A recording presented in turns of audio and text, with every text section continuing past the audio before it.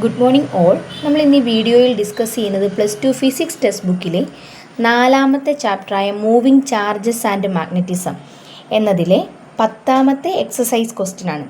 Question ഇതാണ്: 2 moving coil meters M1 and M2 have the following particulars. R1 is equal to 10 ohm, N1 is equal to 30, A1 is equal to 3.6 into 10 raised to minus 3 meter square, B1 is equal to 0.25 Tesla, R2 is equal to 14, N2 is equal to 42, A2 is equal to 1.8 into 10 raised to minus 3 meter square, B2 is equal to 0.50 Tesla. The spring constant are identical for the 2 meters. Determine the ratio of current sensitivity and voltage sensitivity of M2 and M1. അപ്പോൾ 2 moving coil ഗാൽവനോമീറ്റേഴ്സ് തന്നിട്ടുണ്ട്.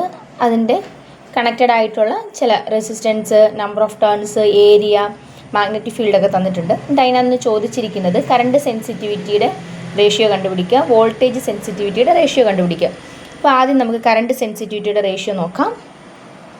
Current സെൻസിറ്റിവിറ്റിയുടെ equation 5/I ആണ്. So current sensitivity of M1ൻ്റെ current sensitivity is equal to, equation എന്താണ്, NAB/K.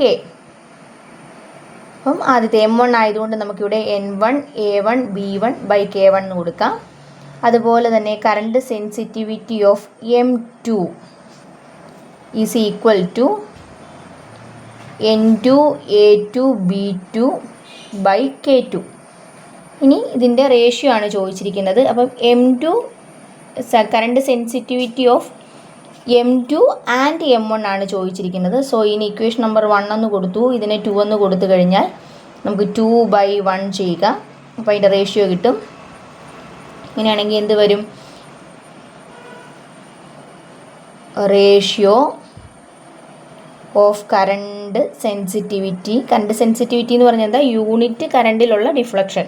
അതാണ് current sensitivity. 5/I of M2 to M1 is equal to N2 A2 B2/K2 whole divided by N1 A1 B1/K1 എന്ന് കിട്ടും. അപ്പോൾ അതിന് divide ചെയ്യേണ്ടി വരുമ്പോൾ എന്ത് ചെയ്താൽ മതി? റെസിപ്രോക്കൽ കൊണ്ട് മൾട്ടിപ്ലൈ ചെയ്താൽ മതി. സോ ഇക്വേഷൻ എങ്ങനെ മാറും? K1 divided by N1 A1 B1. നമുക്കറിയാം സ്പ്രിംഗ് കോൺസ്റ്റൻറ്റ് സെയിം ആണെന്ന് പറഞ്ഞിട്ടുണ്ട്. സോ K1ഉം K2ഉം ഈക്വൽ ആണ്. K1 is equal to K2 is equal to K ആണ്. അതുകൊണ്ട് അത് ക്യാൻസലായി പോയിക്കോളും. മിച്ചം എന്ത് മാത്രമേ ഉള്ളൂ? N2 A2 B2 whole divided by N1 A1 B1. Values substitute ചെയ്യുക. N1ൻ്റെ വാല്യൂ 30 ആണ്. 30 ഇൻറ്റു A1 എന്ന് പറയുന്നത് 3.6 ഇൻറ്റു 10 raised to minus 3 ആണ്. N2 എന്ന് പറയുന്നത് 42 ആണ്.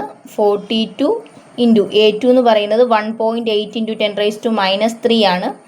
അതേ ഇൻറ്റു B2 എന്ന് പറയുന്നത് 0.50 ആണ്. ഹോൾ ഡിവൈഡഡ് ബൈ N1 എന്ന് പറയുന്നത് 30 into 3.6 into 10 raised to minus 3 into 0.25 is equal to, ഇത് ചെയ്ത് കഴിയുമ്പോൾ നമുക്ക് കിട്ടുന്നത് 1.4 ആണ്.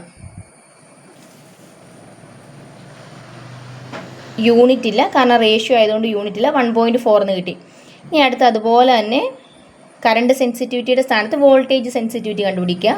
വോൾട്ടേജ് സെൻസിറ്റിവിറ്റിയുടെ ഇക്വേഷൻ 5/V ആണ്. യൂണിറ്റ് വോൾട്ടേജിലുള്ള deflection of M1 is equal to, equation എന്ത് വരും? N1 A1 B1/K1 into R1. അതുപോലെ തന്നെ 5/V voltage sensitivity of M2 is equal to N2 A2 B2/K2 R2 എന്ന് കിട്ടും. ഇതിൻ്റെയും റേഷ്യോ നോക്കുക. Ratio of voltage sensitivity of M2 to M1 is equal to എന്ത് വരും?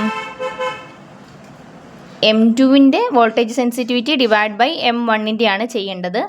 സോ ഇവിടെ നമുക്ക് N2 A2 B2 divided by K2 R2 whole divided by N1 A1 B1 by K1 R1 ആണ്.